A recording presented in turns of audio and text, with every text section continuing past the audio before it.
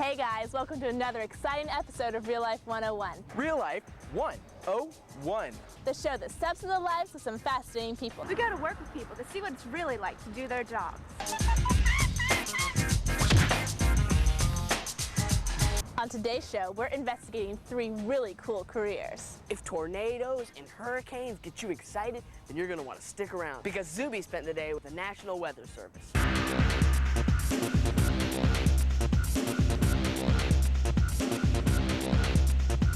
Megan and Joey spent a day up in the clouds where they cruised around with a blimp pilot.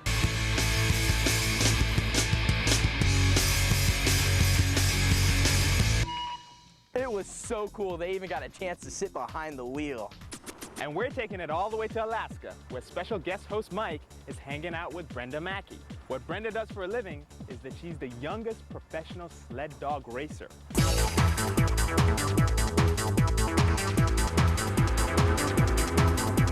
So you're gonna want to stay tuned because needless to say, this show's gonna be cool. 6, 5, 2, 1, 0. Engines are now at 100% of rated power. Wow.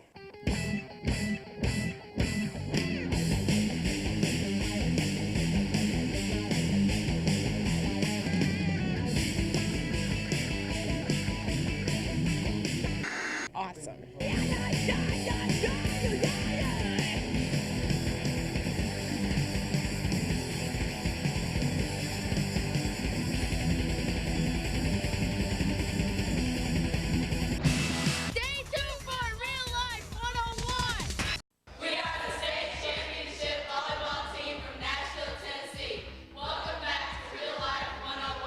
Now it's time to catch up with Zuby because he's hanging out at the National Weather Service. Check it out.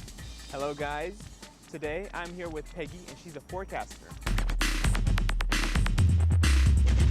Now Peggy, what is it exactly you do? We're forecasting here, and our particular office is for 10 counties. That includes not only things like partly cloudy with a 30% chance of showers, high near 80, the type of forecast you're used to hearing. We issue something called a hazardous weather outlook in the mornings, and that could tell you anything from, hey, there's a good chance for severe thunderstorms later in the day, to if you're going to the beach, there might be the threat of rip currents. There's another product that's called a short-term forecast, which we would keep issuing if there's weather going on. This tornado is by far the worst destruction that I've seen. Destruction. This tornado is by far the worst destruction that I've seen. Tell me, what is your typical day? First of all, we never close, so there's always another forecaster that's been on duty when you get to work. First thing is I'll get a briefing from the forecaster that was on duty, talking about what happened with the weather while they were on shift, what they're expecting for the forecast, if there's been any kind of problems or anything of interest I should know about. And then when I start my shift, I'll look through computer model data, which will try to project what will be happening with the weather through time. I'll look at radar, satellite images, also observations that are taken around at several points in our area, and try to come up with my forecast from that. I am now going to tell everybody the weather. Here we go. The short-term forecast for East Central Florida through mid-afternoon, a few showers will move west at 10 miles an hour, mainly affecting parts of Volusia and Seminole counties. Considerable cloudiness will extend across the area, but there will be temporary breaks of sunshine. Hey, I stuttered a little bit, but they got the point. There is a degree in meteorology that's offered at several universities around the country. Take as many math and physics classes as you can because that's a real heavy part of the degree program. Most of the forecasters in the Weather Service have got at least a bachelor's degree in meteorology, and many of them have more advanced degrees, masters, or even a PhD.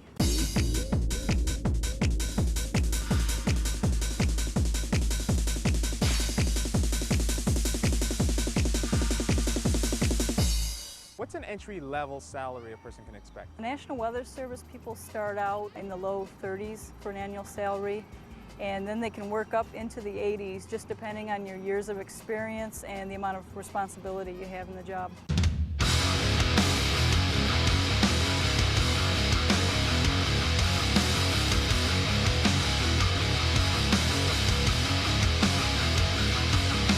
The most exciting time has to be when we have severe weather happening, because we're issuing, if you see tornado warnings, severe thunderstorm warnings on the TV stations, those are originating from us. And so in addition to our regular duties, we're also keeping an eye on the severe storms and where they're headed and warning people about them.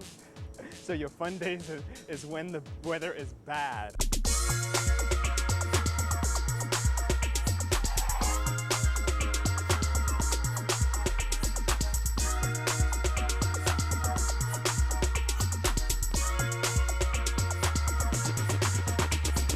What is it about your job that maybe you don't like so much? One thing that's a little bit crazy is the hours we work. You might work 1 week from midnight until 8 in the morning. Wow. The next week you come in and work from 4 in the afternoon until midnight. And then the week after that from 8 in the morning until 4. Our days off change. So it is kind of crazy getting your sleep schedule adjusted. Tell me a little bit about the Doppler. What the Doppler radar does is it sends out a signal and then listens back for a return from the storm. It's measuring the reflectivity from a storm, which is what you would most commonly see when they show radar on television. The Doppler radar allows us to look at wind velocities within the storm. We can see a circulation in the storm, which may imply a tornado. We can zoom in very close, and it estimates rainfall amounts for us.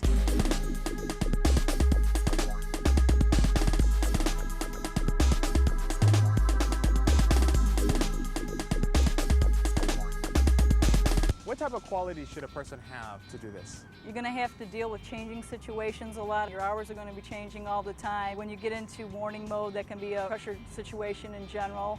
So you have to get used to things like that. And you should like doing it. It makes the day go by a lot faster.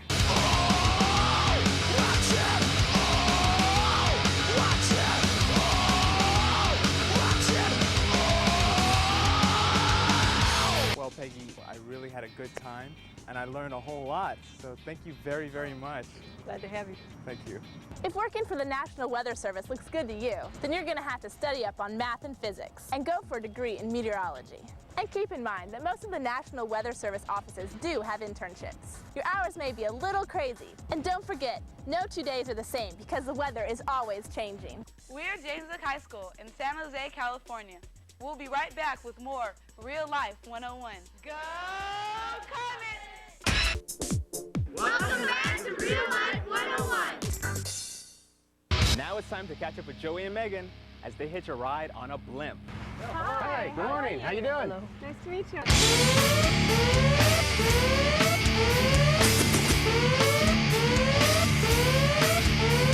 You guys are blimp pilots. That has to be so exciting. Tell me a little bit about what you do. It's all fun. We just fly around the countryside. We see it all from 1,000 feet or lower in a blimp, nice and slow. Yeah. It's the greatest way to see the States.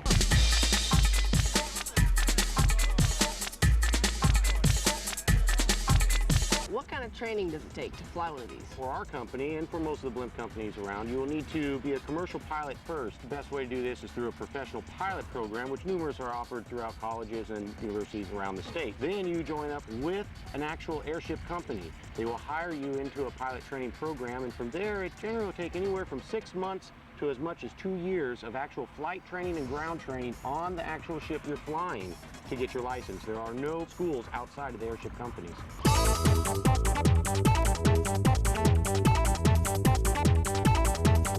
What's a typical day for a blimp pilot? We take people up for rides on some days. Other days we might transit the blimp to another city. Every day is different.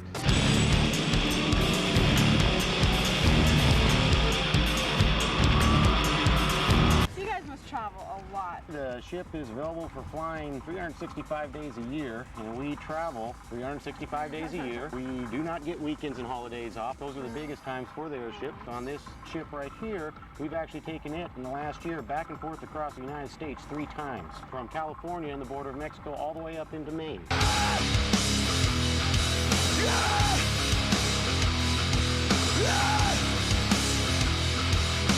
Wake up, wake up, wake up, wake up, wake up! What's the best part about your job?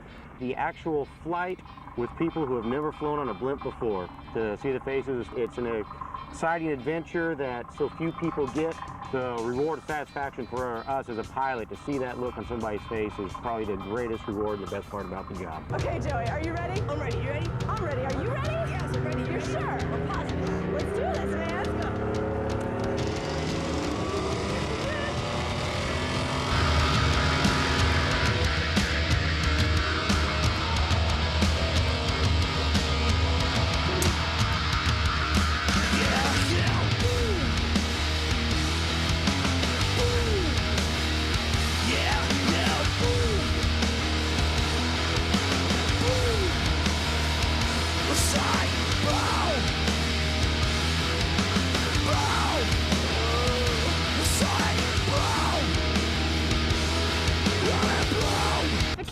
interested in becoming a blimp pilot, what courses would you recommend they take? The sciences and mathematics would be a good beginning. You need a lot of that just to complete the requirements for learning how to fly airplanes. Aerostatics and meteorology are two very good ones for flying an airship. Now we must be very afraid. Megan is at the pilot seat.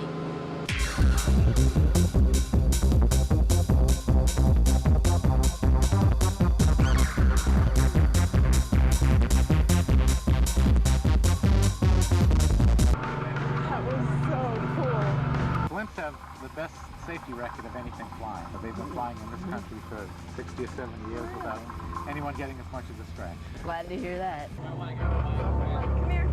I'm gonna fly this bad boy.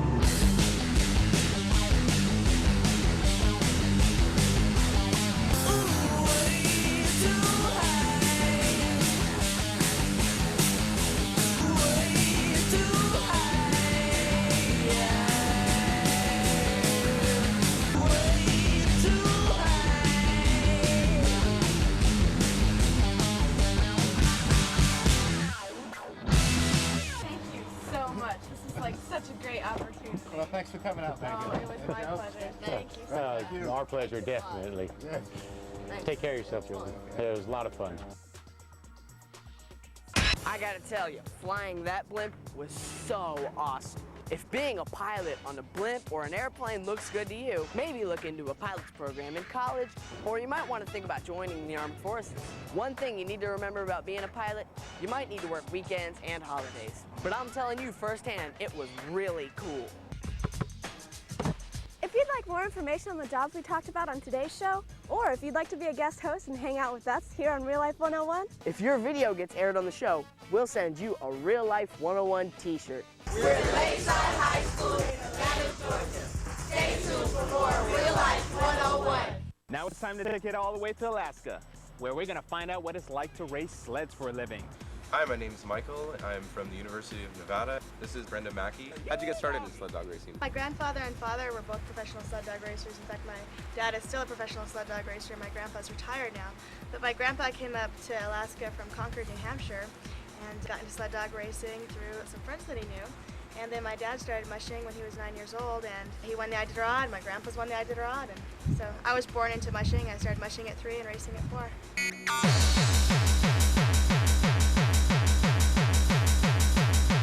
Tell us, what does it take to get through a race like the Yukon Quest? The Yukon Quest is a 1,000-mile race, and it took me 2 weeks to complete it.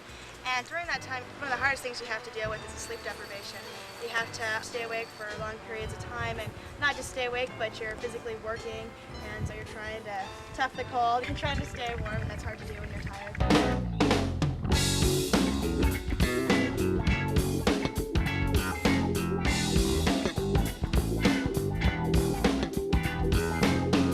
Cold is minus 80 below Fahrenheit without the wind chill factor in the Quest. Yeah, the Quest is known as the toughest race on Earth for that reason, for the cold weather, because it's a very mountainous, tough trail.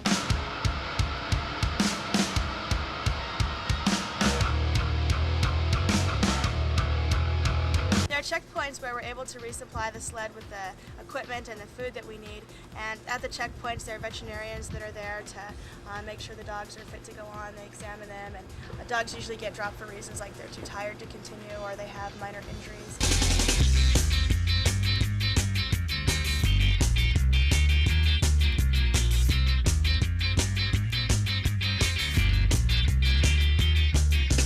The best thing about my job and that I feel is the most rewarding to me is that I always train the younger dogs in the kennel, and so I get to work with the dogs that have no idea, no clue of what they're doing. When you first hook them into the lines, they're tangled up and they're bouncing around, and to see a dog go from being so inexperienced to, after a few short months of training, just becoming this beautiful racing animal, I mean, that to me is the best when they come together as a team.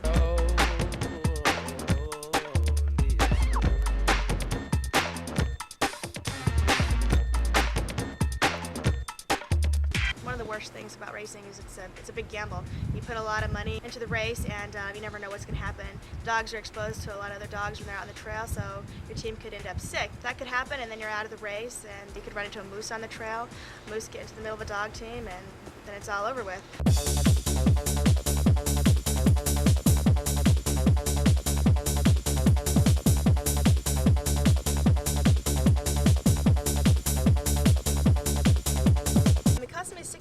$1,000 to do the Yukon Quest, and the majority of that money goes into the food that we feed the dogs. We feed them mostly a meat-based diet and a lot of supplements in it. It gets really expensive. It costs $1,000 a month to feed one 20-dog team that's in training for racing. My dad and I each start training a group of 20 dogs and then pick our best 14 or 16 dogs out of that to take on a race. Plus we have our puppies, our maintenance dogs, and our retired dogs.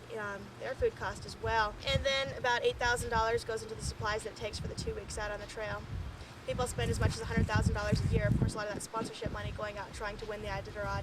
If you win the Iditarod, you win $55,000 in a new Dodge pickup truck, which sounds like a nice chunk of money, but the amount of time and money that goes into this, really, it's not that profitable. You really have to love going out there and racing.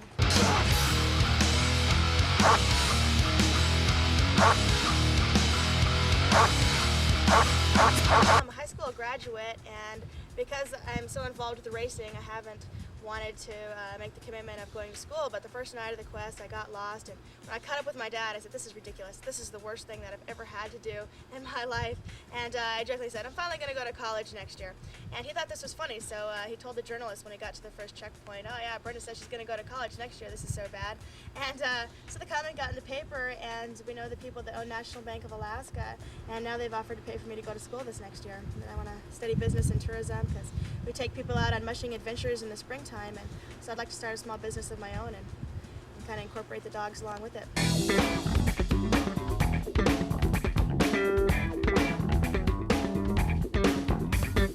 I would advise any person my age that's looking for their career, their lifelong career, not to get into something because your friends are doing it, or maybe even because your parents are doing it. Look into something that you really love to do. For me, this is something I've been doing for a long time, and I feel like a lot of people that I know my age don't really know what they want to do in life, and I'm lucky because I've grown up with this. This is something I can fall back on, and I really consider it my lifeline as far as gives me guidance to what I want to do. And so I would say definitely find your passion in life and stick with it, and don't let other people that you get involved with make those decisions for you. Definitely stick to what you know and stick to what you love to do, and you'll be happy.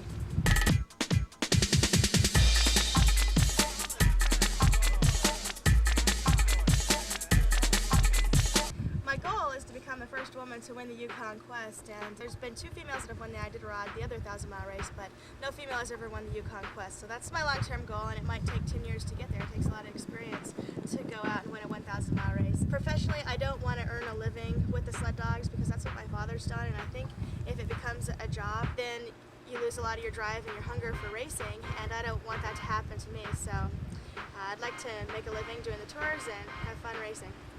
If 80 below doesn't scare you and you have a lot of endurance, then sled racing could be right for you. Keep in mind that it takes a lot of preparation for a race. But this is another good example of someone who took their passion and turned it into a career. We are the Sycamore A's. Real Life 101. We'll be right back. In today's show, we took a look at 3 really interesting careers.